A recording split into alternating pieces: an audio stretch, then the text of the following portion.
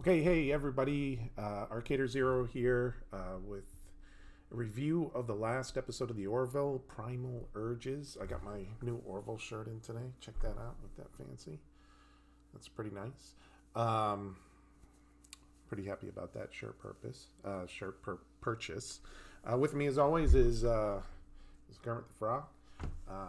He's hanging out here on the desk. But let's talk about the new episode, Primal Urges. First of all, they did a lot this episode, which I was more than thrilled about. The more I can learn about Mocklin as an alien species is a-okay in my book. So keep telling those stories, Seth. But first things first. Hold on, let me just bring up the screen here. Pow. All right. Okay, so first things first. The cinematography in this episode is absolutely unbelievable. It's on par. I mean, look at that. There we go. I'm pointing to it now. Look at that. That's gorgeous. That's beautiful. That's better than a lot of movies that I see. When they said that they were going to start making movie quality episodes, they weren't lying. And just throughout the entire scene, I mean, the angles they used worm's eye angles, which a lot of people don't use. It's kind of reminiscent of, artist style of comic books and everything. I think they're looking at absolutely everything when they're doing this episode here. But it's fantastic. Now, Primal Urges, there's going to be tons of spoilers. If you haven't seen it, stop watching now. Is about Bortus, for the most part. He's got, let's say, a slight addiction to their version of the holodeck of pornography, which is hysterical. The way they do it, it's very funny. It can be a serious matter, but it's something that I always thought about when I'm watching Star Trek, and I'm like, there's got to be people on that ship who use that just for like porn. I mean, it's a holodeck. It's a simulation room. The simulator can simulate anything anybody wants or can think up of, or at least have the capability of programming, which apparently Bortus did not. That's why he reached out to that strange alien that it gave him the chip. But that was great. So there he goes. Yeah, he's leaving now. He's going to his porno deck. The writers of the show, they must have done a lot of research on Pornhub, because I swear I've seen similar scenarios on Pornhub. Yeah, no shocker there. Almost everybody watches porn. But anyway, they are hysterical because they're so kind of like cheesy, the way like porno scenarios are. But it's still very well done. But it deals with an issue. It deals with not so much as porn as an addiction, but anything can have an addictive property, which isn't necessarily bad unless it gets in the way of your normal life or your relationships, which in this case it did. It interfered with Bortus's and Clyden's relationship, which I think is funny. See, there goes the guy now. Let's pause it there on Bortus there. But it deals with that. So it deals with a very human issue, it's an alien issue, I guess, but it's a very personal issue. And then it comes down to where Clyden divorces him in the most extreme way I've ever seen a divorce done. Just stab a dagger through your chest. Okay, this marriage is done. But it was very interesting, and I thought a lot of people online, they were saying, "Oh well, Bortus really, screwed the pooch there with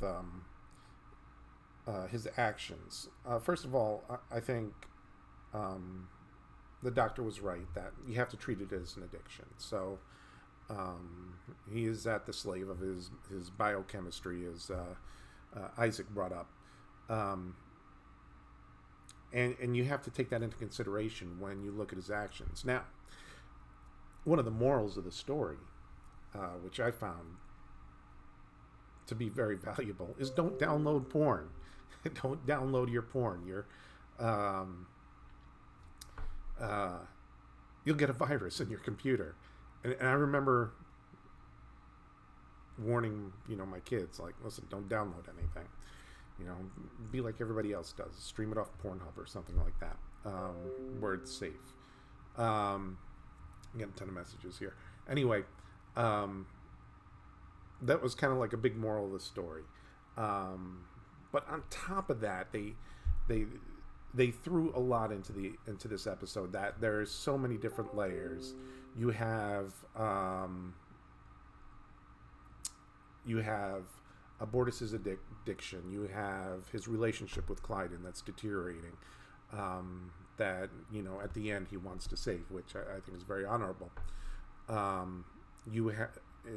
It brought out a lot of his resentments from previous season, which I think is good to address too.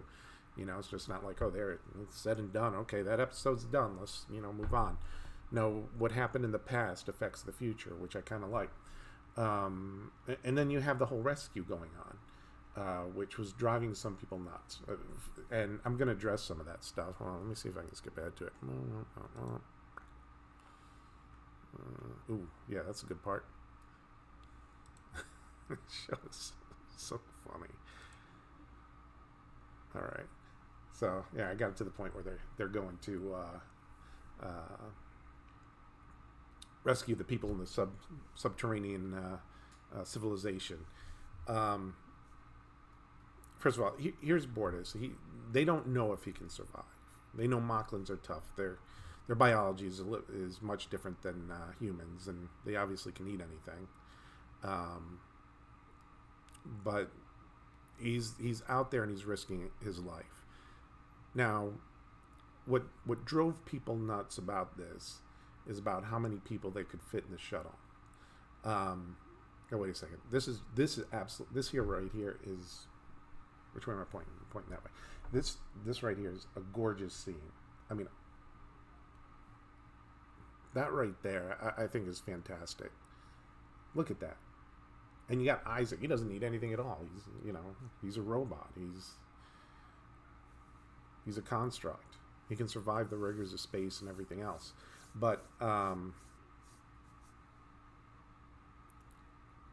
didn't? First of all, people were saying, why didn't they bring more than one shuttle? And I said, well, early in they said they had to modify the shuttle, and then people said, why couldn't they fit more than 30 in there? Because when you look at it, it does look like there's a lot of space in there.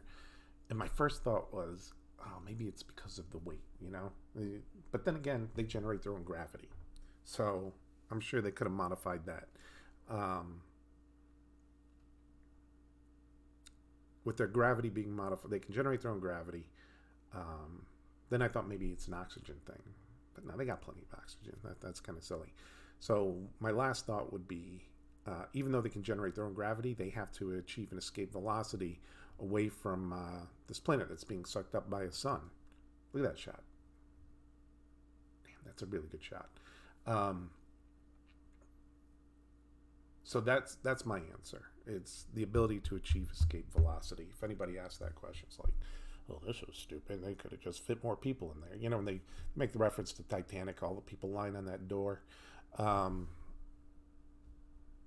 Which I don't know, I think is kind of silly. A lot of people complained about, it's like Mocklin porn. I mean, if you're a prude, you just have to get over it or find a different show. That's the bottom line. This show is made by Seth MacFarlane. You gotta expect that he's going to censor very little, and it's going to be a very liberal type of show. It's going to be very tolerant, accepting, and he's making a future where this isn't even a big deal, and it shouldn't be a big deal. Seeing Bortus, start to get it on with other aliens of his species. I mean, last year we saw we saw a lot. We saw the doctor getting it on with an alien. I mean, that was, a lot of people didn't complain about that. I'm not sure why they would complain about this. I don't know. But anyway, what do you guys think? I love this episode. I think it was fantastic. I know we got like a lot of Bortus episodes in, but I love them. If they were bad, then I would say, you know what, time to change it up a bit. Some people want more, shoot 'em up space action, and that's not what the Orville's about. The Orville's is Seth's, not even so much a love letter to Trek, it's his own version of it. And we all know he was a huge Star Trek fan. He made his own fan film. He was in Star Trek as a guest star, or had a bit role in it. You got to know where this is coming from. And I think it shows. I think he's outperforming just about everybody out there. But what did you think of the episode? Leave in the comments below. Please subscribe. I'll be doing one of these videos for the Orville every week.